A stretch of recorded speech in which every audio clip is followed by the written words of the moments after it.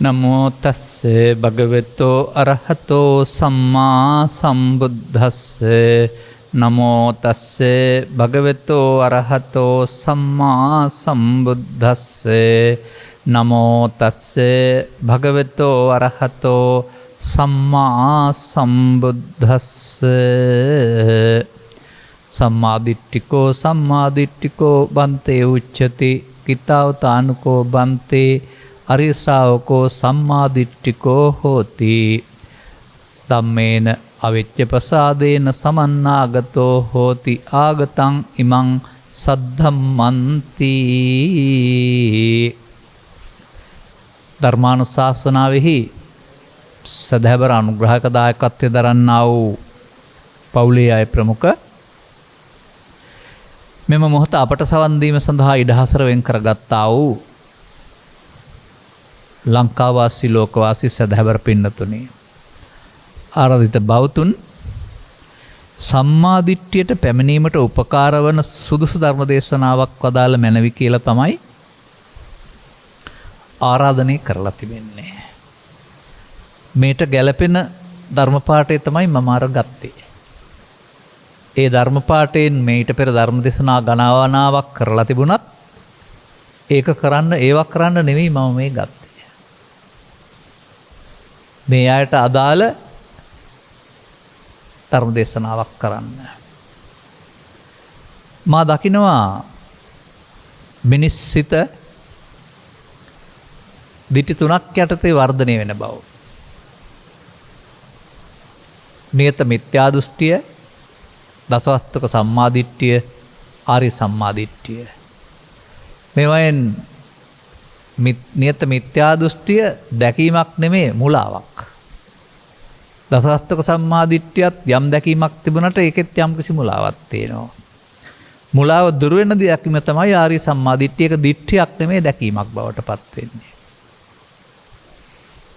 එතකොට දැන් මේ ආය සම්මාදිට්ඨියට පැමිණීම කියන වචනෙන් ඔවුන් කෙබඳු අර්ථයක් ජනනය කරගෙන තියනවද දන්නේ නැහැ. මම ඒකේ සරලයක සහ සංකීර්ණයක වශයෙන් පෙන්වන්නයි කැමති වෙන්නේ. මේ සමාජයේ උපන් හැදුණු වැඩුණු අධ්‍යාපන ලැබූ අය බුදු සමයේ හැදෑරුවා නම් සම්මාදිට්ඨිය කියන වචනයට යහපත් දැකීම කියන අර්ථය යටතේ ඉගෙන නොගත්ත කෙනෙක් නැහැ. නමුත් එපමණකින් සම්මාදිට්ඨිය සම්පූර්ණ වෙන්නේ නැති බව වුන් දන්නේ නැහැ.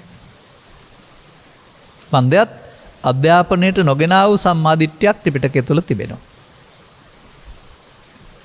ඒ කියන්නේ ත්‍රිපිටකය තුළ තිබෙන්නේ සම්මාදිට්ඨි දෙකක්. සමාජයේ දන්නේ පව්පින් විපාක විශ්වාස කරන දසවස්තුක සම්මාදිට්ඨිය හෙවත් පෘථග්ජන සම්මාදිට්ඨිය පමණයි. නමුත් තව සම්මාදිට්ඨියක් තියෙනවා ආර්ය සම්මාදිට්ඨිය කියලා. දැන් මාර ගත්ත පාඩේ මේක විග්‍රහ කරනවා. ස්වාමීනි සම්මාදිට්ඨි කියලා කියනවා. කොපමණකින්ද මේ සම්මාදිට්ඨි කියලා කියන්නේ? ධර්මයේහි නොපිරිහෙන ශ්‍රද්ධාවෙන් යුක්ත වුණා වෙන්නේ ධර්මයට පැමිණුණ සම්මාදිට්ඨිය වෙන්නේ කොහොමද? අන්න ධර්මයට පැමිණීමේ සම්මාදිට්ඨියක් තියෙනවා. ධර්මයට පැමිණීමේ සම්මාදිට්ඨියකුත් තියෙනවා. කර්මයේ හොඳ එකට පැමිණීමේ සම්මාදිට්ඨියකුත් තිබෙනවා. සාමාන්‍යයෙන් රටේ ලෝකේ පවතින ධර්ම දේශනාවල කර්මයට පැමිණීමේ සම්මාදිට්ඨිය විස්තර කරනවා.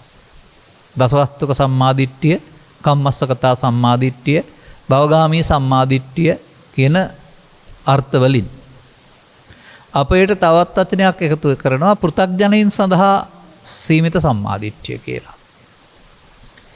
මම හිතන්නේ මේ ආරාධිත බෞතුන් බලාපොරොත්තු වෙන්නේ මේ ප්‍රාථමික සම්මාදිට්ඨිය විග්‍රහ කර ගන්නට නෙවෙයි. නමුත් ඒ ගැනත් ටිකක් කියන්න නැතුව බෑ. මේ දෙක විග්‍රහ කරනකොට දසවස්තුක කියන එකේ තේරුම කරුණු 10ක් විශ්වාස කිරීම කියන එක.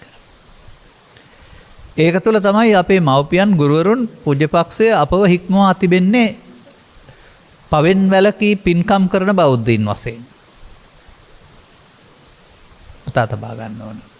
ඒකත් යහපත් දැකීමක්. ඒ යහපත් දැකීම තුළ මොකද්ද සිදු වෙන්නේ? පවෙන් වැළකුණොත් 100%ක් වළකින්න බෑ පෘථග්ජන කෙනෙකුට. නමුත් පව් පිරෙන එක නැත්නම් ලෝභ දේශ මොහ බලවත් වෙන එක පාලනය වෙනවා. නමුත් පින් පිරෙන එක නතර වෙන්නේ නැහැ. එතකොට පිනෙන් පරලෝ යාම කියන මාර්ගයට වැටෙන්න පුළුවන්. එතකොට ඒක යහපත් කර්ම විපාක මිනිසුන් අතර දෙවියන් අතර ලබන්න පුළුවන් භවයේ ගමන් කරන්න හේතු වන සම්මාදිට්ඨිය වෙන බැවින් තමයි ඒකට භවගාමී සම්මාදිට්ඨිය කියලා කියන්නේ. ඒ භව ඒ ගමන් කිරීම කියන වචනේ යටතේදී තවත් තේරුම් ගන්න දේවල් ටිකක් තිබෙනවා. ඒකත් මම දකින්නේ සම්මාදිට්ඨියක් විදිහට.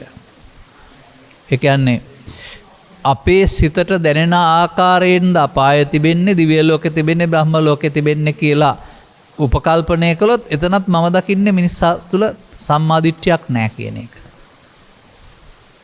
දැන් අපිට ඝන කයක් තියෙන මිනිසුන්නේ අපි ශරීරයට පොළොවට පස් වෙන. නමුත් තථාගතයන් වහන්සේගේ ගැන්වීම තුළ තිබෙනවා ඕපපාතික උපදිනා සත්වයක් ඇත කියන වචනයක්. අණ්ඩජ ජලාපුද සංසේචන කියන වචනයට හා ඕපපාතික. මේ ඕපපාතික සත්වයයි කියලා කියන්නේ මේ අපිට වගේ ඝන කයක් තියෙන බාහිර ආලෝකයේ උදව්වෙන් ඇහැට රූප වැටුනහම රූප පේන කයක් තියෙන එකක් නෙවෙයි. ඒකයි ඔය මරණයෙන් පසු දුගතිගාමී වෙනවා කියන එකේ අපට පෙනෙන තිරිසන් සතුන් වගේ පේන සතුන් ඇරුණාම ඔය භූත ප්‍රේත කියන වචනට අයිති ලෝක මේ අපේ වගේ ලෝක නෙවෙයි. අපිට මව්පියන් ඉන්නවා වගේ අපිට ඥාති ඉන්නවා බාහිර ලෝකේ එළවලු පළතුරු වවනවා වගේ එහෙම එකක් නෙවෙයි. ඒක මෙහෙන් පව් එකතු කිරීම තුළ මනෝලෝකේ හැදුනා වූ ඒකට අදාළ දුක් විපාක විඳින්න සිදුවෙන්නා වූ ලෝකයක්. ඒක වුන්ට පවණක් ආවේනිකයි. ඒක දකින්න අපට බෑ. එද්දිමතුන්ට ඒක බලන්න පුළුවන්. එහෙම දුක් විඳින ආකාරය.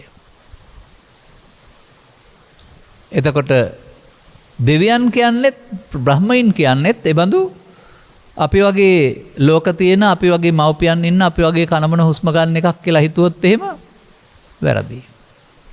ඒකත් ඕපපාතික ප්‍රතිසන්දියක්. ඒ පින පැත්තට හිත හදාගත්තාම ඒ ලෝකෙට වැටුනහම ඊට පස්සේ පින් විපාකයේ දිගටම භුක්ති විඳිනවා ගෙවෙනතුරු.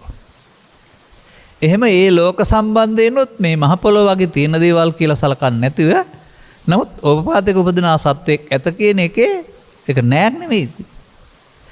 නම ඒක තේරුම් ගන්න ඕන හැමෝටම යන්න අපායක් තියෙනවා හැමෝට යන්නම දිව්‍ය ලෝකයක් තිබෙනවා නෙවෙයි.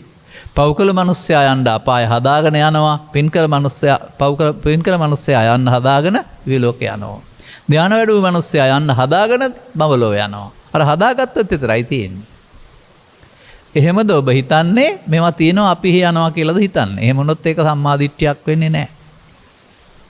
ඉතින් මේක මම මේ සමාජයට කියන්නේ බොහෝ දෙනාගේ අවබෝධය මදි බව අප දන්න නිසා. ත්‍රිපිටකයේ කියවින් පරිහරණය කිරීමෙන් මේ ලෝක පිළිබඳ විග්‍රහය අප තුළින් දකින්න ඕන. මෙතන කරන ක්‍රියාකලාපයන්ගේ ප්‍රතිඵලය තමයි අපාය දිවි ලෝකේ බ්‍රහ්ම ලෝකේ කියන්නේ. එතකොට මිනිසුන් විසින් තමන් කරන කර්ම අනුව හදා ගන්නවා ඒක. ඒක නැතුව නෙවෙයි. නමුත් ඒක මහ පොළොව වගේ තැනක තියෙනවා නෙවෙයි. ඔබේ සිහින ලෝකේ නැතිද? තියෙනවා. ඒක මෙහෙද තිබෙන්නේ? නැහැ. අන්න ඒ වගේ. මෙහෙන් හදාගත්ත ලෝකෙක ඔබ රැලි වෙනතුරු සිහින බලනවා. එතකොට ඒක නෑ නෙවෙයිනේ තියෙනවානේ. නමුත් ඒක ඔබට විතරනේ තියෙන්නේ. අපට නෑනේ. අන්න එහෙම එකක් බව තේරුම් ගන්න වෙනවා. ඉතින් මේ தත්ත්වයන් තේරුම් නොගත්තොත් අපට ඕවත් සම්මාදිට්ඨි නෙමෙයි. ඊළඟට මේ සමාජයේ තවත් සිදුවෙන වරදක් මම දකිනවා. පෘථග්ජන සමාජයේ Tamanට ඕනෑ පැත්තට බුද්ධ ආගම අරන් යාමේ වරද බුදුදහමට අහිතකර ලෙස බලපානවා. මන්දයත් ක්‍රමයෙන් වාණිජකරණය වෙන එක නැත්නම් තවත් යම් කරණයන් වෙන එක තුල ඔවුන්ට ඕන පැත්තට හරවන් යනවා. දැන් තිරෝකඩ සූත්‍රය අරන් බැලුවම ජානුස්සෝනි සූත්‍රය අරන් බැලුවම මියගිය හැමෝම සම්බන්ධයෙන් පරදත්තූපජීවියා කියලා උපදින කෙනෙක් ගෙදරට එනවා. ගෙදරට ආවහම ඒ පුද්ගලයාට ගෙදර දොරේ කරන අය දේවල් පෙනෙනවා. මේ පෙනුනහම ඒ පින්කමක් කරනොත් ඒක දැකලා හිතේ උපදවා ගන්න සතුටට අනුමෝදනය කියලා කියනවා.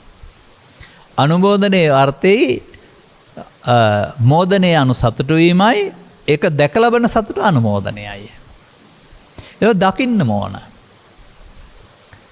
එතකොට තථාගතයන් වහන්සේ ජානුස්සෝනි බමුණාට උත්තර දෙනවා. ඔහු තමයි අහන්නේ අපි මේ පින්කම් කරලා දෙන පින් ඔවුන්ට ලැබෙනවද කියලා.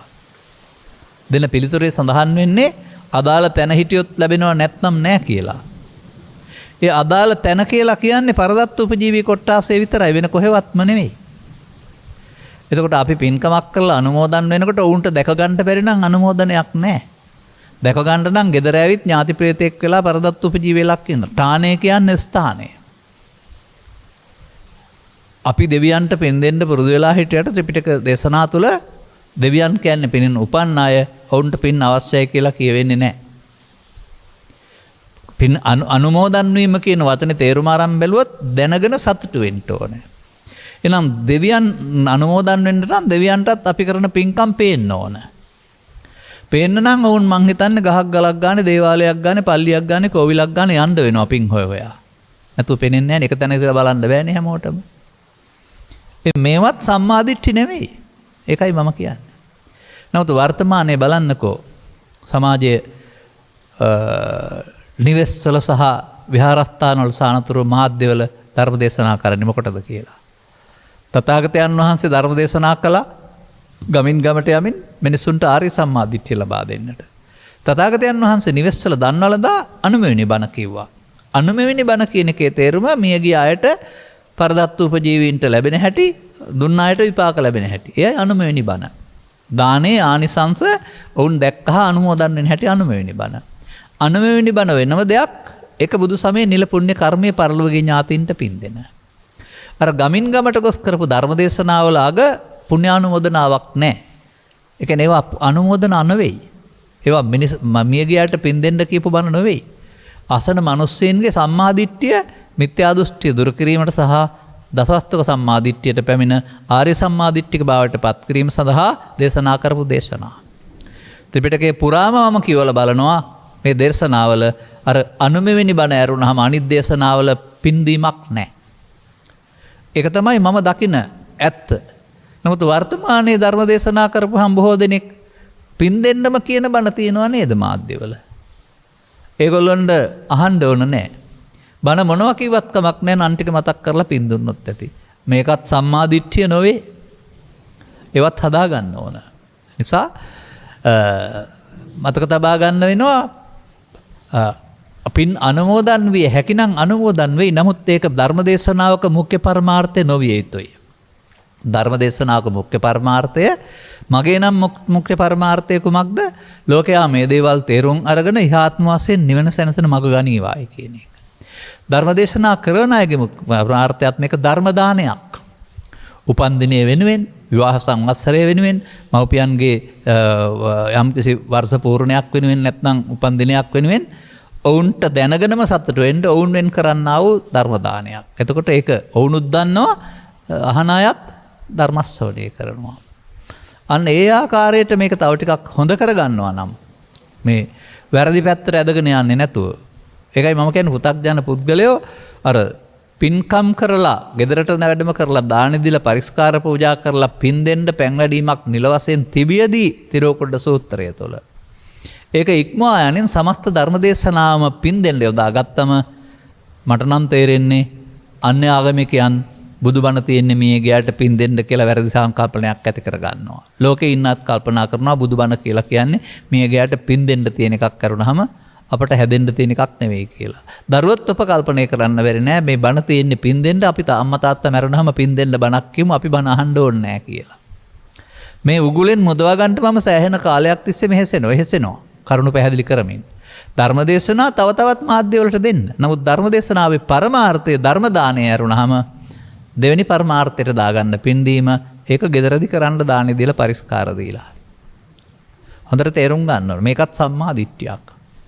මේ විදිහට පැහැදිලි කරලා ගත්තාම මේ දසවස්තුක කියන කාරණේදී යහපත් කර්ම කළොත් යහපත් විපාක තිබෙනවා කියන කාරණේදී අයහපත් කර්ම නොකරන්නට Taman පාලනය වෙන එක තමයි දසවස්තුක සම්මාදිට්ඨිය කියලා කියන්නේ.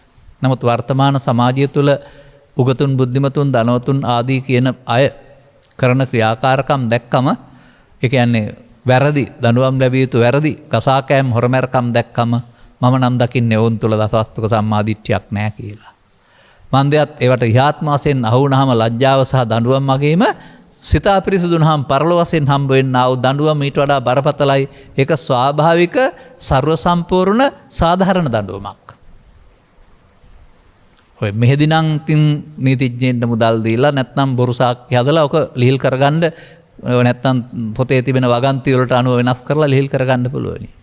නමුත් මේ චිත්තේන නීයති ලෝකෝ කියන වචනේදී සිත විසින්නේ මේක අරන් යන්නේ. එහෙනම් තමන්ගේ හිතට හොරෙන් කරන්න බැරි නිසා අදාළ විපාක වාරය දඬුවමක්. පව් පැත්තට ගත්තාම දඬුවමක්, පින් පැත්තට ගත්තාම ප්‍රසාද දීමනාවක්. මතක තබා ගන්න. අන්නේ දඬුවම් සහ විපාක විශ්වාස කිරීම තුළ මිනිස් සමාජයේ පවෙන් ඈත් වෙන එක තමයි දසවස්තුක සම්මාදිට්ඨියෙන් කරන්නේ. වඩාත් පිනට නැඹුරු වීම. එතනින් එහාට යමක් කරන්නේ නැහැ ඒකේ. පෘථග්ජන භාවයෙන් එහාට යමක් කරන්නේ නැහැ. මන්දයත් තව එහාට සද්ධර්මයට පැමිණීමේ සම්මාදිට්ඨිය තිබෙනවා. දැන් දසවස්තුක සම්මාදිට්ඨිය දේශනා කළේ ස්ත්‍රී පුරුෂයා ගිහියා පැවිද්දා පවෙන් ඉවත් වීම කියන කාරණා මුල් කොටගෙන. ඊට වඩා ගැඹුරු දහමක් එහෙකේ නැහැ. නමුත් සද්ධර්මයට පැමිණීමේ සම්මාදිට්ඨිය දේශනා කළේ ඊට වඩා ගැඹුරු කරුණක් මුල් කොටගෙන. ඔය මම කියපු කාරණාවලට පැමිණෙන්නට ත්‍රිලක්ෂණය චතුස්සත්‍ය පටිච්චසමුප්පාදේ නිරෝධය දකින්න එක සතර සතිපට්ඨානේ මොනවද දැනගන්න ඕන නෑ. අප්‍රමාදී දැනගන්න ඕනෙත් නෑ. පව්පින් කියලා දෙකක් සිද්ධ වෙනවා. පව් කළොත් දුක් විපාක හම්බ වෙනවා. පුළුවන් තරම් ඒවා නොකර ඉන්න ඕන. යහපත යොදා ගන්න කල්පනා කරපුවම මොනම වණක් දැනගත්තේ නැති වුණත් මිනිස්සෙකුට මේ ලෝකේ ඉන්න මව වෙනුවෙන්, පියා වෙනුවෙන්, තමන් වෙනුවෙන්, බිරිඳ වෙනුවෙන්, දරුවන් වෙනුවෙන්, සහෝදරින් වෙනුවෙන්, ඥාතීන් වෙනුවෙන්, ගම වෙනුවෙන්, රට වෙනුවෙන්, අංගවිකල මන්ද බුද්ධිකය වෙනුවෙන් සහ සමන් අදහන සමය වෙනුවෙන් කාලය ධනය ශ්‍රමය කැප කළ හැකි. ඒ හැම එකක්ම පරාර්ථය අයහපත නෙවෙයි. එන ඕනෑ තරම් මුදල් හදල් මූල්‍ය පහසුකම් තියෙන අයට පින්කම් කරන්න මේ රටේ ලෝකෙ ඉඩ තියෙනවා. නමුත් ඒ සද්ධර්මයට පැමිණීම නෙවෙයි. ඒකේ ප්‍රතිඵලයක් වශයෙන් මිනිසුන් අතර දෙවියන් අතර පැවිද්දේ ආයවර්ණ සැප බල හමු වෙනවා. ඇරුණාම අවිද්‍යාව දුරු වෙන්නේ නැහැ. ඉතින් මේකට කතාවක් තියෙනවා. මම මේක කීප වතාවක් කියලා තිබෙනවා. මේ පින්නතුන් සමහර විට අලුතින් සවන් දෙන නිසා වෙන්නේ නැති මේ ප්‍රශ්නේ තිබෙන්නේ මම මේක කියලා දෙන්නම්. ඒක ඔබේ කතාව බවට පත් කරගන්න වනපතේ පවතින නම් මේක සුමනා රාජකුමාරගේ කාවගේ කතාව කියලා. ඇය අස්වරත 50කින් වපන පිරිසක් එක්කලා ඇවිදින්න ඒවා නවත්තලා සංසුන් ගමනින් බුදුන් වහන්සේ වෙත යනවා සද්දයක් බද්දයක් නැති තැනට. ගිහින් උන්වහන්සේ සමග සාකච්ඡාවක් කරනවා. ඒක තමයි සුමනා සූත්‍රය කියන්නේ. ඒක උපකල්පිත සාකච්ඡාවක්. ඇත්තක් නෙමෙයි. ප්‍රශ්න හදලා ඉදිරිපත් කරනවා. මෙහෙම වුණොත් කියන අර්ථයෙන්. ඒකට සවන් දෙන්න. මේක තුල ඇත්තක් තියෙනවා. ඒකයි පැහැදිලි කරන්න ඕන. කතාව නෙමෙයි ඇත්තයි පැහැදිලි කරන්න ඕන. ඈ කියනවා ස්වාමිනී භාග්‍යතුන් වහන්සේ ඔබලා වහන්සේ ළඟට එනවා ශ්‍රාවකයෝ දෙන්නෙක්. ශ්‍රද්ධාවෙන්, සීලෙන්, ප්‍රඥාවෙන් සමානයි. බණ අහන්න එනවා. බණ අහලා යනවා. එක්කෙනෙක් බණ අහලා ගිහින් නතර වෙන්නේ නැහැ, දායකයා වෙනවා. ඒ කියන්නේ සිව්පසෙන් උපස්ථාන කරනවා. අනිත් එක්කෙනා බණ අහලා යනවා විතරයි, දායකයා වෙන්නේ නැහැ. ඒ නිසා දායක අදායක වෙනස මේ දෙන්නගේ තියෙනවා. නමුත් ශ්‍රද්ධාවෙන්, සීලෙන්, ප්‍රඥාවෙන් සමානයි. ස්වාමිනී යම් මෙහෙකින් ඔවුන් මිය පරලොව ගිහින් දෙවියන් අතර ඉපදුනොත් දෙවියන්ගේ ලෝකයේදී මේ දෙදෙනාට ලැබෙන විපාකවල සමානත්වයක් හෝ වෙනසක් තියෙනවද? තිබෙනවා. උන්වහන්සේ වදාරනවා මහේසාක්‍ය දිව්‍යයන් වෙලා ප්‍රත්‍යපහසු නැත්නම් සිව්පසේ හොඳින් විඳින්නේ දායකයා. අදායකයා අල්පේසාක්‍ය දෙවි කෙනෙක් වෙනවා. එතකොට එතන සම්පත් අඩුයි. හොඳයි ස්වාමීනි, මේ සම්පත් ඉවර කරලා වුන් මිනිසුන් අතර උපදිනවා. දැන් වෙනසක් තියනවාද? තිබෙනවා. දැනුත් දායකත්වයේ දරුවු පුද්ගලයාට ආයුර්ණ සැප බල මැනවින් තිබෙනවා. පහසුවෙන් ප්‍රත්‍ය හොයාගන්න පුළුවන්කමක් තියෙනවා. අනිත් කෙනා දුකසේ ප්‍රත්‍ය උපයාපපයා ගන්න ඕන. ස්වාමීනි මේ දෙදෙනා ගෙදර අතහැරලා පැවිදි වුණා. දැන් වෙනසක් තියනවාද? තිබෙනවා. දැනුත් චීවර පිණ්ඩපාත සේනාසන ග්‍රහණපත්‍ය හොඳින් හම්බ වෙන්නේ දායකයාට, අදායකයා අඩුයි නැත්තම් දුකසේ හොයා ගන්න වෙනවා. ස්වාමීනි මේ දෙදෙනා නිවන් අවබෝධ කරගත්තා. වෙනසක් තියනවද? සමනාවලි නිවන් අවබෝධය නම් වෙනසක් නැහැ. දැන් ඔබ මේකේ දකින්නේ මොකද්ද? මම දකින දේ දකින්න. මම දකිනවා දායකත්වය තමයි දෙවියන් අතර මිනිසුන් අතර පැවිද්දේ ආයු වර්ණ සැබ්බල නැත්තම් ප්‍රත්‍ය පහසුව ලබා දුන්නේ. අදායකයට ඒක නැහැ. දායකත්වයෙන් නෙවෙයි නිවන් ලබා දුන්නේ සද්ධාවෙන් සීලෙන් ප්‍රඥාවෙන්. ඒක සමාන නිසා දෙන්නටම නිවන් හම්බ වුණා. නමුත් සංසාරයේ සැප පහසුව හම්බ වුණේ ප්‍රඥාවට නෙමෙයි දානයට සීලයට. අන්න ඒ නිසා සසර ගමනේදී සුව පහසුව සඳහා තමයි මේ දායකත්වය නැත්නම් දාන ආදී කටයුතු වල පුණ්‍ය කටයුතු වල උපකාරය තියෙන්නේ. මේක සම්බන්ධයෙන් ඈකල ප්‍රකාශය හරිම සුන්දරයි. අච්චරියම් බන්තේ අබ්බුතම් බන්තේ ස්වාමිනේ ආශ්චර්යයි පුදුමයි. අලමේව දානානි දාතුන් අලම් පුඤ්ඤානි කාතුන්. ඒකෙන් කියන්නේ දානීය දිය යුතුයමයි, පින් කළ යුතුයමයි. යත්‍රහිනම් මොකද කියලා කියනවා නම් අර කතාව පෙන්නනවා. දේවභූතස්සබේ උපකාරානි පුඤ්ඤානි. දෙවියන්ට මහේසාක්‍ය වෙන්න උදව් වුණේ පින. මනුස්සයින්ට සෝසේ ජීවත් වෙන්න ලැබුණේ පින. පැවිද්දේ හොඳින් සිව්පස ලැබුණේ පින. මේ සමාජයේ පිනට ඊට වඩා දෙයක් ලැබෙන්නේ නැහැ කියලා තේරුම් ගන්නේ කවද්ද? පිනටම නිවන් ලැබෙයි කියලා හිතන් ඉන්නවද? නෑ, ප්‍රඥාවට නේද ලැබුණේ. අන්න ඒක දැනගන්න ඕන. ඒ නිසා මේ සම්මාදිට්ඨිය ඊට එහා පැත්තේ සම්මාදිට්ඨි ප්‍රඥාව කියලා තිබෙන්නේ. ඒ සම්මාදිට්ඨිය විග්‍රහ කරන්නේ දාන විපාක ඇත, කුසලයේ විපාක ඇත, කුසල කර්මයේ විපාක ඇත කියලා නොවේ. ඒක දසවස්තක සම්මාදිට්ඨිය විග්‍රහ කරන විදිහ. මේක විස්තර කරන්නේ දුක්ඛේ ඥානං දුක්ඛ සමුදය ඥානං දුක්ඛේ නිරෝධේ ඥානං දුක්ඛ නිරෝධගාමිනී පටිපදාය ඥානං අයං උච්චති තී භික්ඛවේ සම්මාදිට්ඨිය. ඒක දෙනවා චතුස්සත්‍ය සම්මාදිට්ඨිය. ඒක දුකත් හේතුවත් නැති උතනත් මාර්ගය දැන ගැනීම පිළිබඳ සම්මාදිට්ඨිය. අරක ඒක නෑනේ. දැන් මට මේ පැහැදිලි කරන්න කියන්නේ සම්මාදිට්ඨිය ලැබෙන ආකාරයේ ධර්ම දේශනාවක්. අන්න දැන් මම කල්පනා කරනවා මිනිසාට මිනිසුන් අතර ඉන්න ඕන නම් දෙවියන් අතර ඉන්න ඕන නම් පස්පව් දස අකුසල් කරලා හරියන්නේ නැහැ. ඒක නේත මිත්‍යා දෘෂ්ටිය. ඒවට විපාක නැහැ කියලානේ ඔය කරන්නේ. විපාක නැති වුණාට විපාක විඳින්න වෙනවා. මොකද සංසාරේම කර්ම විපාකනේ. අන්න ඒක විශ්වාස කරාම පවට බයෙන් අපායට බයෙන් කෙනෙක් හික්මෙන එක තමයි දසවස්තුක සම්මාදිට්ඨිය. නමුත් ඒකේ පින මුදව් කරගත්ත එකේ උපාදානය තියෙනවා, භවගාමීත්වය තියෙනවා. ඒ නිසා භවගාමී සම්මාදිට්ඨිය උට කාම සුගතිය පැත්තට භවගමන හම්බ වෙනවා. ඒක භවගාමී සම්මාදිට්ඨිය. නමුත් තථාගතයන් වහන්සේ තව සම්මාදිට්ඨියක් දේශනා කරනවා. සා තථාගතෝ භව නිරෝධාය ධම්මං දේශේති. තථාගත බුදු පියාණන් වහන්සේ භව නිරෝධය පිණිස ධර්ම දේශනා කරනවා. භව නිරෝධය නේත මිත්‍යා දෘෂ්ටියත් නැහැ, අසවස්තුක සම්මාදිට්ඨියත් නැහැ. ඔන්න වර්තමාන සමාජයට භව නිරෝධය නැත්නම් නිවන් මඟ නැත්තේ ඔවුන් ස්ත්‍රී පුරුෂ ගිහි පැවිදි වශයෙන් දසවස්තුක සම්මාදිට්ඨිය තුළ හිර වෙලා ඉන්න නිසා. අර සද්ධර්මයට පැමිණීමේ සම්මාදිට්ඨිය නැති නිසා, ආර්ය සම්මාදිට්ඨියට ඔහුට විවෘත වුණේ නැති නිසා අපි මෙතරම් මෙර දරන්නේ. සාමයේ මාධ්‍ය නාලිකාවන් අපට සහයෝගය දෙන්නේ අපි අනේන්න. මෙන්න මේ වැසුන කොටස විවෘත කරලා දීලා. ඉහාත්ම වශයෙන්ම නිවෙන මිනිසුන් හදන්න, මැරිලා නිවෙන මිනිසුන් හදන්න නෙවෙයි. Taman ගත කරන ජීවිතය තුළම යහපත් යුතුයකම් ඉටු කරමින් මේ අවිද්‍යා අන්ධකාරය දුරු කරගන්න පාර හදන්න. අන්න මේ සම්මාදිට්ඨියට පැමිණීම සඳහා ඔබ ස්ත්‍රිය, පුරුෂයා, ගිහියා, පැවිද්දා වශයෙන් බලන ඇස වෙනුවට ඔබට ඔබ හැමෝටම පොදු ධර්මතාවයක් ඔබ ළඟ ක්‍රියාත්මක වෙනවා. ඒ ඇසින් බලන්න ඉගෙන ගන්න. මේ ආර්ය සම්මාදිට්ඨිය දේශනා කළේ ස්ත්‍රියට, පුරුෂයාට, ගිහියාට, පැවිද්දාට එක එක ශික්ෂාපද එක එක බණ වශයෙන් නෙවෙයි. ඒ අර ශික්ෂාපද සංවරයේ පුණ්‍ය මාර්ගයේදී තමයි ගෙදරට 5යි, පොයට 8යි, පොඩි හාමුදුරන්ට 10යි, ලොකු හාමුදුරන්ට උපසම්පදා කියලා තියෙන්නේ. ඒ පුද්ගලයන් වශයෙන් කායික මානසික වශයෙන් හික්මෙන්න පුළුවන්, ඇඳුමෙන් හික්මෙන්න පුළුවන් ස්වභාවය. සිවුරු පරවාගෙන හින් හාන්න බෑනේ. නිසා උන්වහන්සේලාට හාන්න පොරු ගන්න කියලා නෑ. අපේ රටේ නම් සමහර අය මම දැක්ක පහුගිය කාලේ හාන්න පොරු ගන්න කොටන්නත් යනවා. කොතරම් සජාතාර සම්පන්නද දන්නේ නෑ. මේ ඉගැන්වීම් වලට අනුව ගත් කල. ඒ සඳහා වෙනම ජීවිතයක් තියෙනවා. ඔව් ස්වාමින් වහන්සේලා නෙමෙයි උපාසක මහත්තුරුවත් හාන්න පොරු ගන්න යන්නේ නෑනේ පොයේ දවසට. එදාට ඒ අයත් පන්සලේ නතර වෙලා බණ අහනවා. අර කලිසමක් ඇඳගෙන හරි අමුඩලෙන්සුවක් ගහගෙන හරි මඩට ඔරොත් දෙන විදිහට ඇඳුමක් ඇඳගෙන යන්න එපා. ආහාර පොවන්න හාන්න පොරු ගන්න. මේකවත් තේරෙන්නේ නැහැ නේ සමහර අයට. ඒ නිසා ඒ ශික්ෂාපද මට්ටමක් දීලා තියෙන්නේ පංචශීලයේ. පංචශීලයේ ප්‍රශ්නයක් වෙන්නේ. අටශීලයේදී බෑ හාන්න පෝරු ගන්න. එහෙනම් දසශීලයේදී හෝ සාමාන්‍ය සීලයේදී කොහොමත් බෑ උපසම්පදා සීලයේදී එහෙම. ඒවා එහෙම ආදර්ශයෙන් පෙන්වන්න ඕන සමා. ඒ බාහිරෙන් සංවරය. නමුත් ඔය පංචශීලයේ හෝ අටශීලයේ හෝ දසශීලයේ උපසම්පදා සීලයේ හෝ ඕන එකක ඉන්න වරදක් නැහැ. මීට එහාට මේ ඕන එකක් තුළ ඉඳමින් යන්න පුළුවන් ආර්ය සම්මාදිට්ඨියක් තියෙනවා. ඒක හාමුදුරුවන් සඳහා පමණයි, ආරණ්‍ය සඳහා පමණයි, උපසපන්නය සඳහා පමණයි කියලා හැම දේශනා කරලා නෑ, මතක තියාගන්න. ඒකට අවශ්‍ය වෙන්නේ තේරුම් ගැනීම විතරයි. අන්නේ තේරුම් ගැනීමේදී එතෙන්ට අවතීර්ණයකට තමයි සද්ධර්මයට පැමිණීමේ සම්මාදිට්ඨිය කියලා කියන්නේ. මේක දේශනා කළේ හැමෝටම පොදු ඒකකයක් මුල් කොටගෙන. බලන්න ඔබ තුලින් මේ ඒකකය ඔබ ළඟ තිබෙනවද කියලා. ඔබ සමානද බලන්න.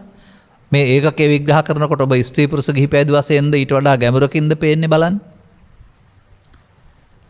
අපට ස්ත්‍රී පුරුෂ භාවයක් ලැබී තිබෙන්නේ සමාජයේ පැවැත්ම සඳහා උපතින්.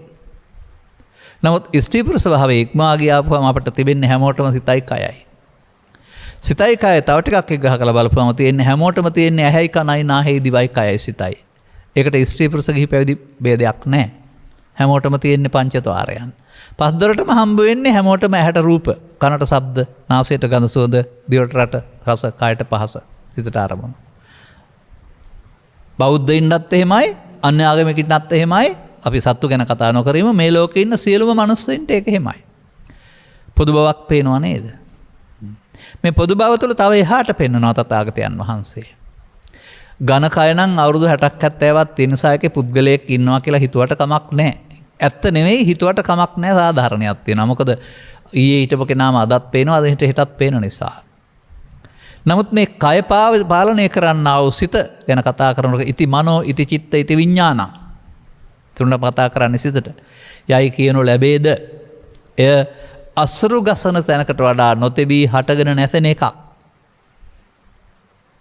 ලහු වේගයෙන් පරිවර්තන් වෙනස් වෙනවා. සිතේ ස්වභාවය අසුරු ගසන තැනකින් හටගෙන නැසෙනවා. පිළිගත්තත් නැතත් මොන ආගමේ හිටියත් සිත අසුරු ගසන තැනකින් නැසෙන එකක්. මතක තබා ගන්න ඕන. අන්න එතනදී තව දෙයක් බුදුන් වහන්සේ පෙන්නනවා. මේ ලෝකේ ඉන්න මිනිස්සු ඔය කයේ තිබෙන හැඩවැඩ, උගත්කම්, ධනවත්කම් මුල් කොටගෙන මම අහවල් කෙනෙක් කියලා මමත්වෙන් අරන් ඉන්නවා. ඔවුන් මම කියන්නේ කයට. තමන්ට තියෙන ධනය, කුලය, නිලය, ස්වර්ණාභරණ, උගත්කම්, නෑදෑ සම්බන්ධකම්, තව කාරණා නිසා එහෙම කෙනෙක් ටිකක් ආඩම්බර වෙනවා, නැත්නම් ඇඟට ගන්නවා. නමුත් ඒ මම නෙමෙයි බුදුරජාණන් වහන්සේ වදාරන මම. ඒ මම කයනේ මයන්න. එහෙම නැත්නම් කයන්නේ යන්න. නමුත් බුදුරජාණන් වහන්සේ සුතවන්ත සූත්‍රවල දේශනා කරන්නේ පෘථග්ජන පුද්ගලයාට සිතට එන දෙයට මම කොට ගත්ත මුලාවෙන් මිදෙන්න බෑ. සිතට මොනවද එන්නේ? උපදින දවසේ ළම මරණකාල මේකයිද තිබෙන්නේ? නැහැ.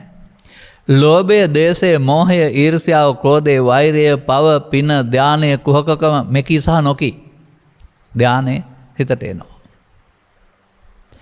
ඒවයින් කොහොමද මම හැදෙන්නේ?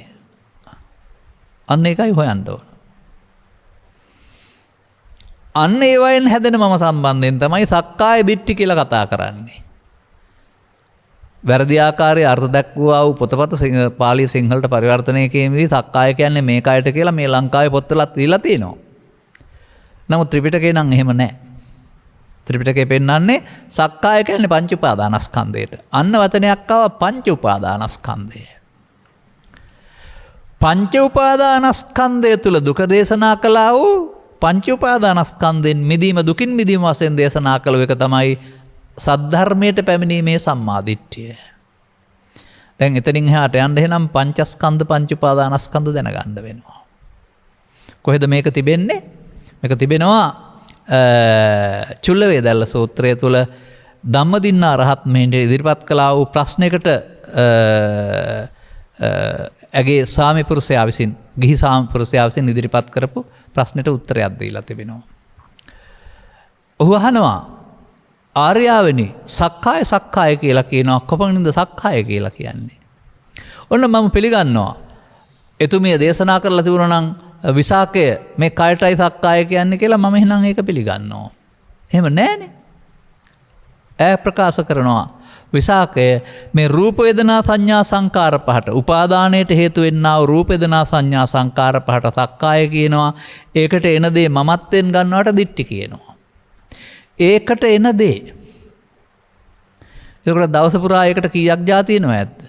ජීවිතේ පුරා ඒකට කීයක් જાතියනව ඇද්ද? අන්න සම්මා දිට්ඨියට පැමිණෙන්නට සක්කාය දිට්ඨි සංයෝජනය කැඩෙන්න ඕන. සක්කාය දිට්ඨිය දන්නේ නැත්නම් කොහොමද කැඩෙන්නේ මේ සමාජයේ?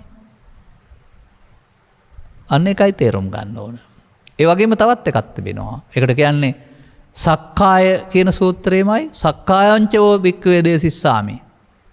සක්කාය සමුදයංච. මහණෙනි මම වට සක්කායත් සක්කායට හේතුවත්.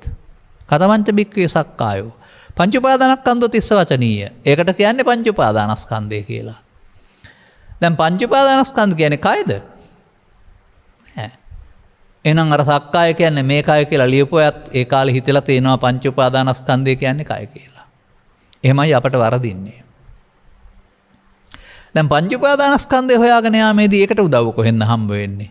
සංයුත නිකායේ සත්තට්ඨාන කුසල සූත්‍රයේහි.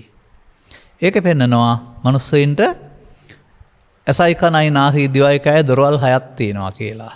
දොරවල් ගැන කතා නොකර කියනවා මේ දොරවල් වලට ගන්න අරමුණු රස විඳින්න යාමේදී වේදනා හයක් පහළ වෙනවා.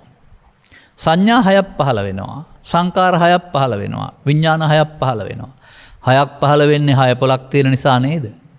හය පොල ඇස කන නාසය දිවකය සහ සිත නේද? දැන් ඇසෙන් කනෙන් නාසයෙන් දිවෙන් කයෙන් උපදින එකක් නේද පංචස්කන්ධය කියන්නේ. මතක තියාගන්න ඕන කාරණාව. එතකොට තව ටිකක් එහාට යන්න වෙනවා. අන්න දැන් වචන ඉගෙන ගන්නවා රූප වේදනා සංඥා සංකාර පහ. දැන් රූප කියනකොට ඔන්න වරද්දා ගන්නවා. අතට අහු වෙන જાති කියලා තමයි කල්පනා කරන්නේ. සමාජයේ හිතන් ඉන්නේ එහෙම තමයි. නමුත් කාය කියන්නේත් කාය කියලා තමයි හිතන්නේ. කාය කියන වචනටත් කාය කියලා යොදනවා. නමුත් කාය පස්සද්ධි චිත්ත පස්සද්ධි කියන්නේ මොකද්ද? ඒ කයේ සංසිඳීම සහ හිතේ සංසිඳීමද නෑ. කාය කියන්නේ සිත, සිතුවිලි වලට චිත්ත කියලා කියනවා. සිතේ සහ සිතුවිලි වල සංසිඳීමට කාය පස්සද්ධි චිත්ත පස්සද්ධි කියනවා. සංකාර ස්කන්ධයට සංකාර කාය කියනවා. වේදනා ස්කන්ධයට වේදනා කාය කියනවා. සංඥා ස්කන්ධයට සංඥා කාය කියනවා. ඒක කාය කියන්නේ කාය නෙමෙයිනේ. ඒක ස්කන්ධයටනේ. එහෙනම් රූපස්කන්ධය කියන්නේත් කාය වෙන්න බෑ. ඒකත් ස්කන්ධයක් වෙන්න ඕන නේද? එතකොට ස්කන්ධ කියන්නේ සමූහයන්ට නමක්. ඒවා එකක්වත් පඨවි ආපෝ තේජෝ නෙවෙයි. මතක තියාගන්න. අන්න දැන් තේරුම් ගන්න වෙනවා. ඇසට හමු වෙන්නේ රූපය. ඒකට කියන්නේ රූපය කියලා. ඉස්සරහ තියෙන එක නම් ඉතින් රූපයක් තමයි ද්‍රව්‍යෙන් හැදිච්ච. නමුත් ඒක නෙමෙයිනේ ඔබේ හිතේ හටගන්නේ. ඔබේ හිතේ හටගන්නේ ඒක උදව්වෙන් වෙනම සිතුවිල්ලක්. ඇහැ තුළ. අර කණ්ණාඩිය තුළ ඔබ පෙනෙනවා වගේ ඉදිරි රූපයක සෙවණැල්ලක් ඇසේ හටගත්තාම ඒක රූපය වෙනවා. කණ්ණාඩිය වගේ රූපයක් නොවනට කනේ ප්‍රසාදයේ ශබ්ද රූපය වැදුනහම මෙතන ශබ්ද රූපය හට ගන්නවා. එතකොට රූප, ශබ්ද රූප, ගන්ධ රූප, රස රූප, පොට්ටබ්බ රූප, ධම්ම රූප 6යි. කවුරු හරි අත උස්සලා කියන්න චිත්‍රපටයක් නරඹෙන් ඉන්න වෙලාවට චිත්‍රපටයේ තියෙන රූප විඳිනවා වරුණාම කය විඳිනවද කියලා? කවුරු හරි අත උස්සලා කියන්න ගීතයක් අහමින් ඉන්න වෙලාවට ගීත රසය විඳිනවා වරුණාම කවුරු හරි කය විඳිනවද කියලා? කවුරු හරි අත උස්සලා කියන්න රසයක් විඳින වෙලාවට දිවෙන් රස විඳිනවා වරුණාම මේ කය විඳිනවද කියලා? මන්දයත් මේ රූප කියන්නේ ශරීරය කියලා පතරපු මිත්‍යා දෘෂ්ටියක් රටේ තියෙනවා. ගොඩ එන්න බැරි තරම්. තාමත් ඕක කරගහගෙන යනවා. සත්තට්ඨාන කුසල සූත්‍රයවත් කියවලා බැලුවොත් මේකෙන් නිදහස් වෙන්න පුළුවන්. මන්දයත් තථාගතයන් වහන්සේ වදාහරනවා. එතකොට අර වේදනාව හටගන්නේ වේදනාව කියන්නේ රිදීම නෙවෙයි විඳීම රූපය විඳින ආකාරය. ශබ්ද රූපය විඳින ආකාරය. ගන්ධ රූපය ශබ්ද රූපේ නම් මිහිරි කියලා. ගන්ධ රූපේ නම් ගඳයි සුවඳයි කියලා. රූපේ නම් හතුරා මිතුරා කියලා. රසේ නම් රසයි තිත්තයි කියලා. විඳින්නේ අරමුණ නෙවෙයිද? ඔබ තුල මේක දැක්කාම පොත් 100ක බොරු ලියලා තිබුණත් මේක නේද ඇත්ත කියලා තේරෙනව නේද ඔබට? එමයි මේ ඉදිරියට යන්න ශක්තිය ඕන වෙන්නේ. සම්මා දිට්ඨියට පැමිණෙන්නේ මගෙන් මේ අහන්නේ.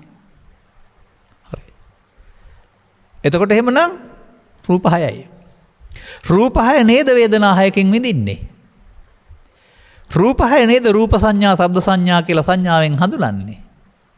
රූප වලට නේද රූප තණ්හා ශබ්ද තණ්හා ගන්ධ තණ්හා කියලා තණ්හායකින් බැඳෙන්නේ. ඒ තණ්හාව නැති කරන්න කය රූප වශයෙන් ගත්ත කෙනෙකුට පුළුවන්ද කියලා කියන්න මට? තණ්හාව නැති කිරීමෙන් ලබන සැපත නිර්වාණය. එහෙනම් දොරවල් හයෙන් අරමුණු හයට බැඳුන එකනේ තණ්හාව කියලා කියන්නේ. එතකොට ඒක තේරුම් ගත්තේ නැතුව රූප කියන්නේ ශරීරය කියලා ගත්තාම තණ්හාය නැති වෙනවද? අර සංඛාර කියන්නේ මේක තමයි චේතනා. සංඥා සංඛාර. දැන් මේ ඇස තුල පහළ වෙන අරමුණ රූපය මුල් කොටගත් වේදනාව, වේදනාව මුල් කොටගත් සංඥාව, සංඛාරය මුල් කොටගත් සංඛාරය, මේ සියල්ල හඳුනීම සඳහා පහළ වුණ චෛතසිකයේ විඥානය. නාම රූප බෙදීමේදී රූප කියන්නේ ශරීරය, නාම කියන්නේ වේදනා සංඥා සංඛාර කියලා බෙදිල්ල බුදු සමයෙන් නිවන් මඟ අතුරුදහන් වෙන්න හේතු වුණා. මතක තබා ගන්න. අන්දයත් එතනින් එහාට යන්න බැරි වුණා. මේ රූප නාම රූප කියලා දෙකක් මේකේ අද්‍රව්‍ය නෙමෙයි. නාම රූප කියන්නේ නම් කරපු රූප කියන එක. ඉදිරියෙන් තියෙන ගෙඩිය කොස් ගෙඩිය, ඉදිරියෙන් තියෙන ගෙඩිය මලක්, ඉදිරියෙන් තියෙන පෙරළු ගෙඩිය නම් කරපු රූප නෙවෙයිද? ඒ නාම රූප නිසා තමයි ඇසේ රූප හටගන්නේ. කොස් කියන දෙල් කියන. එහෙමයි ත්‍රිපිටකයේ තිබෙන්නේ. අපි නම් කරලා තියෙන්නේ. කොස් ගෙඩිය කියන්නේ නැතුව දෙල් ගෙඩිය කියවනම්, කෙහෙල් ගෙඩිය කියන්නේ නැතුව පුවක් ගෙඩිය කියවනම් අදටත් අපිට ඒකේ නාම රූපය. ඒක සම්මුතින් කියලා කියන්නේ. මේවා ආසෙන් හටගන්න එක අපේ කය පිළිබඳවත් අපි දන්නේ ඇසෙන් පහළ වෙන සිතින් නැරුණාම කය ගැන අපි දන්නේ නැහැ. මිය ගිය පුද්ගලයෙකුට කය තියෙනවා දන්නවද එයා? ඒ දන්නේ නැත්te සිතින් අරමුණක් එන්නේ නැති නිසානේ. ලෝකේ තියෙන සියල්ලක්ම දන්නේ අරමුණක් මගින්. අරමුණ කියන්නේ ද්‍රව්‍යද? අරමුණ කියන්නේ සිතුවිල්ලක් නේ. අන්න එහෙම පංචස්කන්ධයම නාම කියලා ඉගෙන ගන්න වෙයි. පංචස්කන්ධයෙන් කොටසක් රූප කියලා ගත්තාම මෙතනින් එහාට ලෝකේ හදන්න බෑ. මන්දයත් අපටනේ ඝනකයක් තියෙන්නේ, දෙවියන්ට නැහැ, බ්‍රහ්මයින්ටත් නැහැ, ප්‍රේතයින්ටත් නැහැ. එතකොට එහෙ කොහෙද කයක් තියෙන්නේ? වේදනා සංඥා සංකාර හතරෙන් පරලෝකෙ හිඳ තියෙන රූපේ මෙහෙ තියලා. කල්පනා කරලා බලන්න. මට එහෙම පිළිගන්න බැරි කාරණා තියෙනවා. මන්දයත් බුදුන් වහන්සේ කරන සාකච්ඡාවකදී දෙවියෝ කියනවා අපි මේ සක්කායෙන් මිදිලා ඉන්නවයි කියලා. හිතන් හිටියේ අපිටත් සක්කාය තියෙනවා. ඒ සක්කායගේ පංච උපාදානස්කන්ධයටනේ. දෙවියන්ට අපිට වගේ ඝනකයක් තියෙනවා කියලා සමාජය විශ්වාස කරනවා. නමුත් මහා කච්චායන මහරහතන් වහන්සේ පැහැදිලි කර වදාරනවා සත්වයින්ට ජාති තියෙනවා. මරණ තියෙනවා. ජරා ව්‍යාධි සමහර අයට තියෙනවා, දෙවියන්ට නැහැ කියලා. දෙවියන්ට ජාති තිබුණාට මරණ තිබුණාට ජරා ව්‍යාධි නැත්තේ ඇයි? ජරා ව්‍යාධි තියෙන දිරණ කයක් තියෙන අයට දෙවියන්ට ඝන කයක් නැති බැවින් ජරා ව්‍යාධි නැහැ කියලා උන්වහන්සේ පැහැදිලි කරනවා. මම හොයාගන්න කොහෙන් හරි. අපි හොයන්න කියන්නේ. එහෙනම් රූප නැහැ දෙවියන්ට. ඒත් පංච උපාදානස්කන්ධේ රූප තියෙනවානේ. ඒකනේ සක්කාය කියලා කියන්නේ. ඒ විතරක් නෙමෙයි බ්‍රහ්මයින්ට. බ්‍රහ්මයින් ගැන කතා කරන සූත්‍රයක් තියෙනවා ගිලාන කියලා. සදහවත් උපාසකවරයෙක් සංසාරයේ අතහැරගෙන යාමේදී පවා අතහැරලා, පිනා අතහැරලා, දිව්‍ය ලෝකේ අතහැරලා බඹලව අරමුණු කරනවා නම් බඹලවත් අරමුණු කරන්න එපා. ඒකෙත් සක්කාය තියෙනවා කියලා බුදුන් වහන්සේ වදාරනවා. බඹලව සක්කාය තියෙනවා කියන්නේ අපිට වගේ වැසකිලි යන්න පුළුවන් කයක් තියෙනවා කියන එකද? නෑ, පංච උපාදානස්කන්ධය තියෙනවා කියන එක. අන්න දැන් පංච උපාදානස්කන්ධේ රූප නැතුව ගත්තාම තුන් ලෝකෙටම ගලපන්න පුළුවන්. පංච උපාදානස්කන්ධේ රූප කියලා ගත්තොත් අපායටයි, දිව්‍ය ලෝකෙටයි, බ්‍රහ්ම ලෝකෙටයි ගලපන්න බෑ. ඔන්න මම සම්මාදිට්ඨියට පත් වෙන හැටි පැහැදිලි කරන ආකාරය. කොතරම් සම්මාදිට්ඨිය ලබන්න තිබෙනවද? මට මතකයි මම එක දවසක් බලන් ඉන්නවා තැනකදී, විහාරස්ථානයකදී. ඉතින් ඒකට ඇවිදින් වන්දනා කරපු අහිංසක අම්මලා ටිකක් මේ උඩ බලලා ඇඳලා තියෙනා වූ සිතුවම් දිහා බලලා බ්‍රහ්ම ලෝකේ. ඒගොල්ලෝ හිතන් ඉන්නේ අර ඇඳපු පින්තූර වලට අනුව එහෙත් ඒ වගේම මාංශ කයවල් තියෙනවායි කියලා. මං යන්න ඉන්නේ ආන් හරිය කියලා පෙන්වුවම බඹලෝ යන්න. ඔබ හිතනවාද පව් කරලා හැලි පින් කරලා හැලි බඹලෝ යන්න පුළුවන් කියලා? පව් කරලා අපාය යන්න පුළුවන්, පින් කරලා මිනිසුන් අතර දෙවියන් අතර උපදින්න පුළුවන්. බඹලෝ යන්න ලෞකික ධානය වඩන්න ඕන. ඒකවත් දන්නේ නැහනේ. සම්මාදිට්ඨියක් කොහෙන්ද තියෙන්නේ එතකොට? ඒ තමන් උපදවාගත්තේ කෙන්නේ පවෙන් පරලෝ යාම, පිනෙන් පරලෝ යාම, ධානයෙන් පරලෝ යාම. පරලෝ යන්නේ දෙපයින් නෙවෙයිනේ. එක් රැස් කරගත්ත පාප කර්මයෙන්, පුණ්‍ය කර්මයෙන්, ධාන කර්මයෙන්. අලුතින් අහන අයට නම් සම්මාදිට්ඨියටපත් වෙන්න බොහෝ දේවල් තිබෙනවා. ඒ නිසා තථාගතයන් වහන්සේ මේ විශ්වය නැත්නම් කාම රූප අරූප භවත්‍රය විවරණය කළේ පංචස්කන්ධය තුල. පංච උපාදානස්කන්ධය තුල. ඒක පොතේ බලන්න නැතුව ඔබ ළඟ තියෙන පංච උපාදානස්කන්ධයෙන් බලන්න පුරුදු වෙන්න. එතකොට පව් රැස් වෙනවා කියන්නේ පව් උපාදානය වෙනවා. පින් රැස් වෙනවා කියන්නේ පින් උපාදානය වෙනවා. ධාන කුසල් රැස් වෙනවා කියන්නේ ධාන උපාදානය වෙනවා. උපාදානයේ බයං දිස්සා ජාති මරණ සම්භවේ. ඉතින් ජාති භවපච්චා ජාති අපායටත් ජාති දිව්‍ය ලෝකටත් ජාති බ්‍රහ්ම ලෝකටත් ජාති. ජාති මිදිලා නැහැනේ. මතක තබා ගන්න.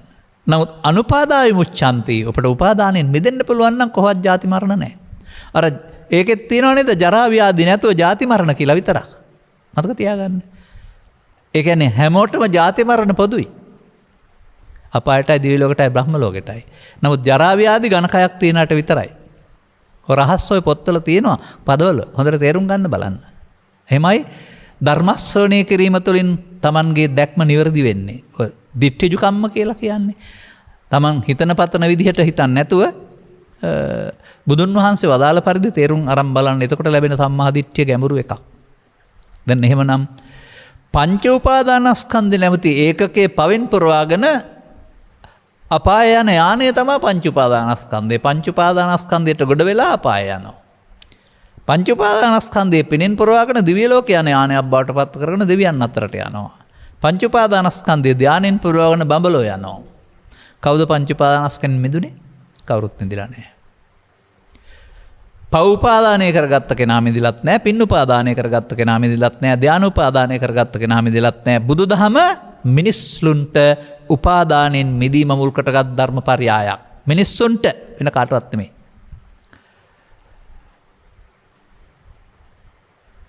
තස්සීදං සම්මුඛී භූතං යං ලෝකස්මින් සුදුල්ලබං.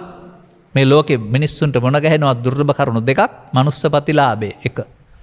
ඒකට හමු වෙනවා මෙන්න මේ කරුණු විග්‍රහයෙන් සද්ධර්මස්ස දේශනා. සදහම් හමු වුණොත් පමණක් මේ භවගාමීත්වයෙන් මිදෙන්න මිනිසාට පුළුවන්.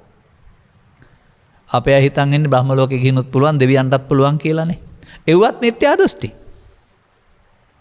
මතක තබා ගන්න. එහෙම මේ පාරක් තියෙනවා නම් එලා මෙහෙන්න ඕනේ නැහැ. බෝසතාණන් වහන්සේට තිබුණා කාලයේ දීපේ තිස්සේ කුලේ මව බලලා බඹලෝ උපදින්න. දිව්‍ය ලෝකෙ උපදින්න. එවිදලා එහෙ බණ කියන්න. එතකොට ඒ පැත්තේ එහෙම සංගායනා පවත්වන්න තිබුණානේ. ඉන්දියාවේ තියන්න ඕන නැහැ. ඔවුන්ගේ ලෝක මනෝලෝක බැවින්, ඔවුන්ගේ සංගපරපුරක් ඇති නොවන බැවින්, ඔවුන්ට ග්‍රන්ථකරණයක් නැති බැවින් ඇයි කාලයේ දීපයේ දේශේ කුලයේ බලලා මව් කුලකට ආවේ? ඒ කල හැක්කේ මිනිසුන්ට නිසා නේද? මන්දයත් මේ ලෝක දෙක පිළිබඳ තව විග්‍රහයක් තියෙනවා. ඔබ ඒක දන්නේ නැහැ. කුමක්ද? තථාගතයන් වහන්සේ කන නම් සූත්‍රය දේශනා කරමින් වදාරනවා උන්වහන්සේ දැකවදාරයි කියලා සලායතන නම් වූ නිරයක්. ඒක උපමාවක් විතරයි. සලායතන කියන්නේ ඇහැ කන නාසය දිවකය කියන එක. ඒක නිරය වෙලා තියෙන හැටි පේනවා. කොහොමද? ඒකේ ඉන්න අයට උදේ ඉඳලා රෑ වෙනතුරු ඇහැට කනට නාසයට දිවට කයට හම් වෙන හැම එකක්ම අකමැති අප්‍රසන්න අමනාපම දේවල්. දැන් ඒක නිසා උපදින්නේ සැපද දුකමයිනේ. අන්න ඒ වගේ නිරේස ඉන්න සත්වයාට දුක් විඳිනව ඇරුණාම ඊට එහාට යමක් තේරුම් ගන්න කාලයක් නැහැ. බුදුන් වහන්සේ වදාරනවා සලායතනම් වූ ස්වර්ගයක් දැක වදාරයි කියලා. ඒකේ උදේ ඉඳලා රෑ වෙනකල් ඉන්න අයට දොරවල් හයෙන්ම ප්‍රසන්න මනාප ඇලුම් කරන දේවල් උපදිනවා. ඒක එතකොට දුකක් නැහැනේ. ඒක දිහා බලන් ඉන්නවා චිත්‍රපටයක් බලන් ඉන්නවා වගේ. එතකොට එයාට දුකින් මිදෙන්න ඕන කමක් නැහැ. මොකද දුකක් දන්නේ නැහැ. අරයට දුක තේරෙන්නේ නැහැ. දෙවියන්ට දුකින් මිදෙන්න ඕන කමක් නැහැ. මිනිසාට සැප දුක දෙක නිති පෙරලේ. ඒ නිසා ඒකේ තන්න අර සැප දුක දෙපැත්තම තියෙනවා. ඒ දෙකෙන් මිදෙන්න එන එක තමයි ශන සම්පත්තිය කියන්නේ. ශන සම්පත්තිය අපාගත සත්වයින්ටත් නැහැ දෙවියන්ටත් නැහැ. ඒක තියෙන්නේ මිනිසුන්ට. තේරුම් ගන්න ඕන කාරණාව. ඒ නිසා ඔබ ලබා තිබෙන්නා වූ මේ වාසනාවන්ත ගුණය බව ගුණවන්ත බව මේ විශ්වයේ කොතනකවත් ලැබෙන්නේ නැහැ. හරියට ලක්ෂ සංඛ්‍යාත ලොතරැයිපත් වලින් 1 2 3ට හොඳ දිනුම් ඇදෙනවා වගේ මිනිසුන් අතර ඉන්න මිනිසුන් කී දෙනෙකුටද මේ දේවල් තේරුම් යන්නේ තේරුම් කරලා දෙන්නේ. අන්න එනතුරු ඊට පස්සේ ඔබට මේ ජීවිතේ යොදා ගන්න පුළුවනි උපාදානයෙන් මිදෙන්න. උපාදානයෙන් යෙදෙන්න පුළුවන් පෘථග්ජනයට පව්පින් ධානය තුළ උපාදානයෙන් මිදෙන්න පෘථග්ජනයින්ට බෑ. උපාදානයෙන් මිදෙන මාර්ගයට කියනවා ආර්ය සම්මාදිට්ඨිය කියලා. උපාදානයෙන් මිදෙන්නේ දවසට එක සැරයක් නෙවෙයි. උපාදානයෙන් මිදෙන්නේ අවුරුද්දට එක සැරයක් නෙවෙයි. ජීවිතේට එක සැරයක් නෙවෙයි. උපාදානස්කන්ධයක් කන්දයක් පාසා උපාදානය වීම සිදු වෙනවා. මිදීම සඳහා පාරක් හදා ගන්න වෙනවා. අන්න ඒකයි යහපත් දැකීම. සසර හදන හැටි දකිනවා. පව තුළ උපාදානයේ සසර හැදෙනවා, පින තුළ උපාදානයේ සසර හැදෙනවා, ධානය තුළ උපාදානයේ සසර හැදෙනවා. පවත් පංච උපාදානස්කන්ධය, පිනත් පංච උපාදානස්කන්ධය, ධානයත් පංච උපාදානස්කන්ධය. පෘථග්ජනයාට දැන් ඒක තුළ නම් උපාදානයෙන් මිදීමේ සම්මාදිට්ඨිය නෑ නේද? නමුත් අනුපාදාය මුච්ඡanti ජාති මරණ සංකය. ජාති මරණ නැති වෙන්න නම් උපාදානයෙන් මිදෙන්න වෙනවා. අන්න ඒ දැක්ම ලැබෙන එක තමයි ආර්ය සම්මාදිට්ඨිය කියලා කියන්නේ. මිනිසාට ආපු ගමනේදී පවපින ධානය කියන කාරණාව ඔස්සේ ඇසෙන් කනෙන් නාසෙන් දිවෙන් කයෙන් සසරට බැඳෙන සක්කාය හදන සංයෝජන, සක්කාය කියන්නේ සසරට බැඳෙන කියන එකනේ. සංයෝජනේ වෙන තැන සංයෝජනේ නොවෙන්ට සක්කාය සමුදයගාමී ප්‍රතිපදාවේ ඉන්න අයට සක්කාය නිරෝධගාමීත්වය බුදුන් වහන්සේ දේශනා කරනවා. අන්න පාර, අන්න සම්මාදිට්ඨිය. මේ මොහොතේදීම සක්කායට පැමිණෙන්න වෙනුවට සක්කායට නොපැමිණෙන්න. බලන්න. ශුඤ්ඤතෝ ලෝකං අවෙක්ඛංසු මෝගරාජ සදා සතෝ අත්තානු දිට්ඨින් ඌහච්ච එවම් මච්චතරෝසිය. මොකද මේ පෙන්වන්නේ? ඔන්න කතාව පෙන්නනවා. මෝගරාජ කියන්නේ කෙනෙකුට කරපු ආමන්ත්‍රණයක් පුද්ගලයෙකුට ඔහුට පෙන්නනවා මේ රූප වේදනා සංඥා සංකාර විඥාන නම් වූ ස්කන්ධ ලෝකය මට සහ මට අයිති දේවල් වලින් ශූන්‍ය වශයෙන් බලන්න කියලා. කොහොමද? සදා සතෝ හැම කල්හිම සිහි ඇතිව. ඒකට මොකද කරන්න කියන්නේ? සක්කාය දිට්ඨියට නොපැමිණෙන්න උත්සාහ කරන්න. අත්තානු දිට්ඨින් ඌහච්ච වර්ධනය කරන්න. අර සක්කාය දිට්ඨියට නොපැමිණීම කියලා එකක් තියෙනවා නේද? ඔබ දසවස්තුක සම්මාදිට්ඨිය තුළ සහ නියත මිත්‍යා දෘෂ්ටිය තුළ මොකේද පැමිණෙන්නේ? සක්කාය දිට්ඨියට පැමිණෙනවා. ඒකයි මම කිය සක්කාය දිට්ඨියට පැමිණලා සංයෝජන වෙලා පව් සංයෝජනයක් නෙමෙයිද පවෙන් අපාය යන්න පුළුවන්. පින් සංයෝජනයක් නෙමෙයිද පින් කාමසුඛතේ යන්න පුළුවන්. ධාන සංයෝජනයක් නෙමෙයිද රූපී අරූපී භවතල යන්න පුළුවන්. උද්දම් භාගිය. කවුද මිදුනේ? කවුරුත් මිදුන්නේ නැහැ සංයෝජන තුළ හිටියේ. බුදු සමය සංයෝජන වලට බැඳෙන ජීවිතයක් නොව සංයෝජන කඩන්න පුළුවන් ජීවිතයක්. අන්න එය තේරුම් ගැනීම තමයි ඔබ බලාපොරොත්තු වෙන ආකාරයේ සම්මාදිට්ඨියට පැමිණීම කියලා කියන්නේ. මම මේ ප්‍රාථමික විස්තරයක් කරන් ඉන්නේ අග ටික ඔක්කොම ගන්න වෙලාවක් හිටින එකක් නෑ. ඒවා මගේ දේශනාවල ඕන තරම් තිබෙනවා. දැන් මේක ඔබට තේරෙනවා නම් කෙස්ද ලොම්ද නේද දත්ද කයද මම නෑ. රූප වේදනා සංඥා සංකාර පහ සක්කාය ඒකට එන දේ මමකට ගැනීම දිට්ඨියයි. මොනවද ඒකට එන්නේ? ලෝභය, දේශය, මෝහය, ඊර්ෂ්‍යාව, ක්‍රෝධය, වෛරය, පව පින අන්න මම හැදෙන දේවල්. උදුන් වහන්සේ මම හැදෙනවා කියලා පෙන්වන්නේ කෙස්ලොම් නිදත් වලින් නෙමෙයි. ලෝභයට ඇලීමෙන්, දේශයට ගැටීමෙන්, මෝහයේ මුලාවීමෙන්, ඊර්ෂ්‍යා කිරීමෙන්, ලෝභ කිරී ඒකට එන අදහසෙහි ඇලීමෙන්, ගැටීමෙන්, මුලාවෙන් දිට්ඨි වෙනවා. දිට්ඨි වුණාම මොකද වෙන්නේ? සක්කාය දිට්ඨි කියන්නේ පංච උපාදානස්කන්ධයට. පංච උපාදානස්කන්ධය කියන්නේ සංයෝජන වෙන්නේ. සසරට බැඳෙනවා. අන්න එහෙම අපි සසරට බැඳෙන්න තමයි දන්නේ. නරක දේ තුල සසරට බැඳෙනවා. එතකොට අපාය යනවා. හොඳ දේ තුල සසරට බැඳෙනවා. එතකොට කාමසුගතියට යනවා. ධානය තුල සසරට බැඳෙනවා. බඹලෝ යනවා. භවගාමී යානයේ ගොඩ වෙලා භවගාමී වෙන්න දරුණහම් බුදුරු පහළ වෙන තුරු භව නිරෝධගාමීත්වයක් තිබුණේ නැත්තේ ඇයි? සසර සකල විද ආගම් වල සමයන් වල පංචස්කන්ධය තුල දේශනා කළා වූ අනාත්ම දර්ශනයක් නැති බැවින් බලන්න හොයලා පංචස්කන්ධේ අනාත්මේ දේශනා කරපු දහමක් එදා වාර්තයේ 62ක් මිත්‍යා දෘෂ්ටිවල තිබුණාද කියලා? නැහැ. තථාගතයන් වහන්සේගේ පළවෙනි ධර්ම දේශනාවෙන් දෙවෙනි ධර්ම දේශනාවෙන් අනත්ත ලක්කන සූත්‍රය ලියුණා නේද? අන්න ඒකේ පමණයි පංචස්කන්ධේ අනාත්මේ දේශනා කරන්නේ. ඔබට ආර්ය සම්මා දිට්ඨියට පැමිණීම සඳහා පංචස්කන්ධයේ අනාත්මය තේරෙන්න වෙනවා. පංචස්කන්ධයේ ආත්මය තුල තමයි දුක තියෙන්නේ. ආර්ය සත්‍යය. පංචස්කන්ධයේ ආත්මය තුල තමයි පව් සිද්ධ වෙන්නේ, පින් සිද්ධ වෙන්නේ, ධාන කුසල් සිද්ධ වෙන්නේ, සතෙක් ඉන්නේ. කයත ඇරියාට මේ ආපහු විපාක වශයෙන් කයක් හදන්න පුළුවන්කම, ජීවිතය අතහැරුණාට තවත් භවගාමිත්වයක් හැදෙන්න පුළුවන්කම මේ එකතු කරගත්ත පව්වලට, පින්වලට, ධානවලට පුළුවන්.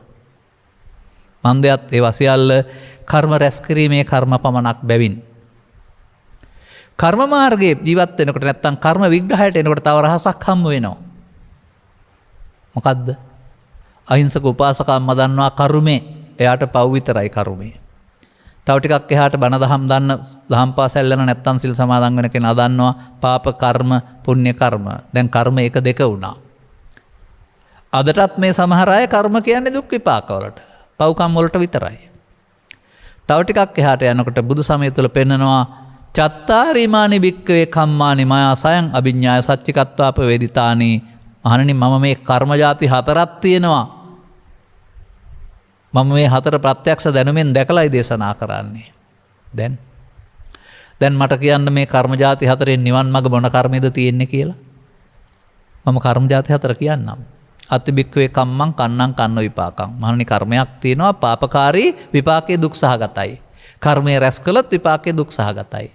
අතිබිකවේ කම්මං සුක්ඛං සුක්ඛ විපාකං. මහණනි තව කර්මයක් තියෙනවා, සුක්ඛං කියන්නේ පුණ්‍ය පැත්තට, යහපත් පැත්තට, කර්මයේ සුදුයි, විපාකයේ ලෞකික සැප විපාක. අතිබිකවේ කම්මං කන්න සුක්ඛ විපාකං.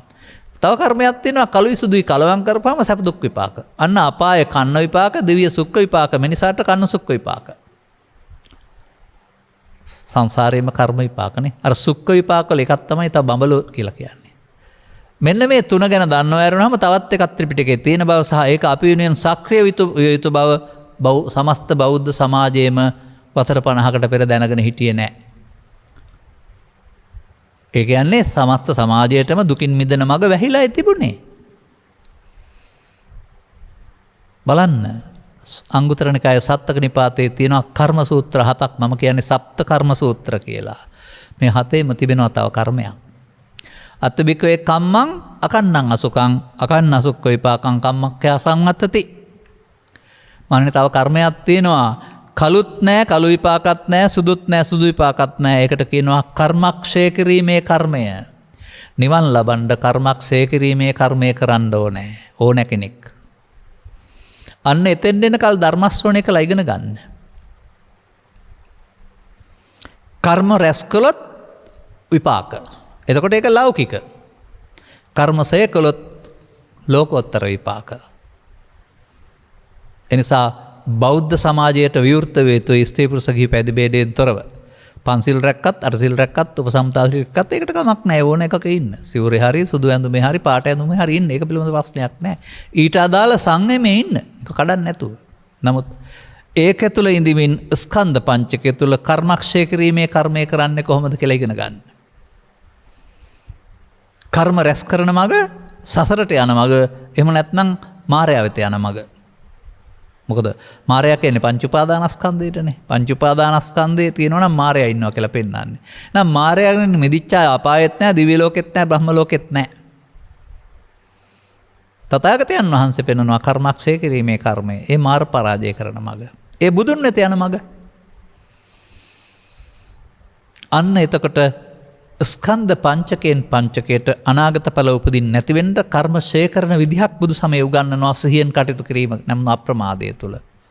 එතකොට ස්කන්ධ පංචකය උපාදාන නොවි නැසෙන්න, උපාදාන වෙලා කර්ම විපාක හේතු ඉතුරු නොවි නැසන්න පුළුවන් ක්‍රමයක් තිබෙනවා. සිහියෙන් කටයුතු කිරීමේදී මොහොතක් පාසාම මෙන්න මේ කටයුත්ත කරනවට අප්‍රමාද වෙනවයි කියලා කියනවා. අපමාදෝ අමත පදං. හරිනේ. සිහියෙන් කටයුතු කිරීමේ කියන අප්‍රමාදය නිවනට මගේ. එහෙනම් අසිහියෙන් කටයුතු කියන ලද ප්‍රමාදය පාපය තුලත්, පින තුලත්, ධානය තුලත් තිබෙනවා පංච උපාදානස්කන්ධයේ තිබෙන බැවින්. මෙන්න මෙහෙම මේවා විවරණය කරගෙන ආවහම ඔබට සම්මාදිට්ඨියක් ලැබෙනවා.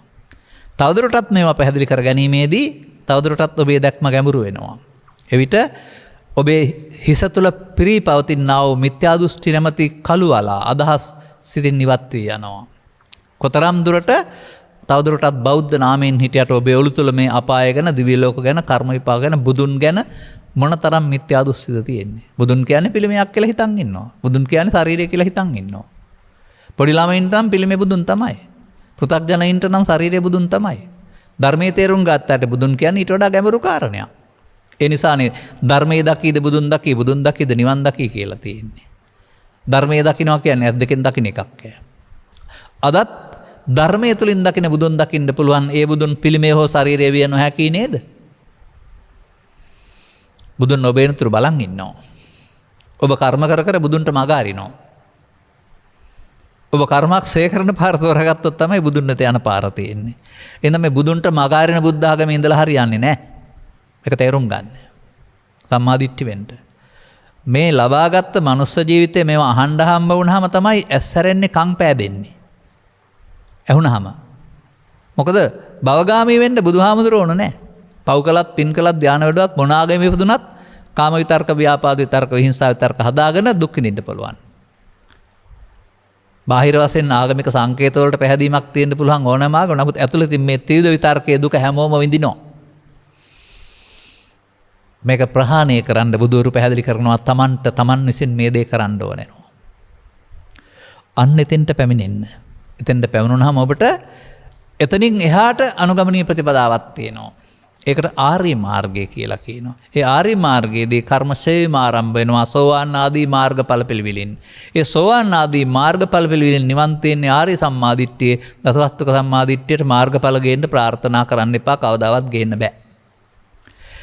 අදාළ කරුණු තේරුම් ගනිමින් ලබාගත් ජීවිතයේ බුදුදහමින් හෙළික ආලෝකය ලබාගෙන ලබාගත් ජීවිතයේ ලෞකික ලෝකෝත්තර අභිවෘද්ධියෙන් දෙකම සපුරා ගන්නට අවශ්‍ය නුවණැස පාදා ගැනීමට මෙම කරුණු පැහැදිලි කිරීම හේතු වාසනාව වේවායි කියන සුභාශිංසනය කරමින් මම ධර්මානුශාසනාව මෙසේ අවසන් කරනු ලබනවා. මෙම උතුම් ධර්ම දේශනාව ප්‍රඥා නාලිකාව තුළින් ප්‍රචාරය කිරීම සඳහා කුලියාපිටිය කරගහගෙදර පදිංචි ජේ.ජේ. එදිරිසිංහ මහත්මිය සහ එම්.කේ. ගාමිණී කීර්තිරත්න මහතා විසින් සදැහැති දායකත්වය සපයා තිබෙනවා.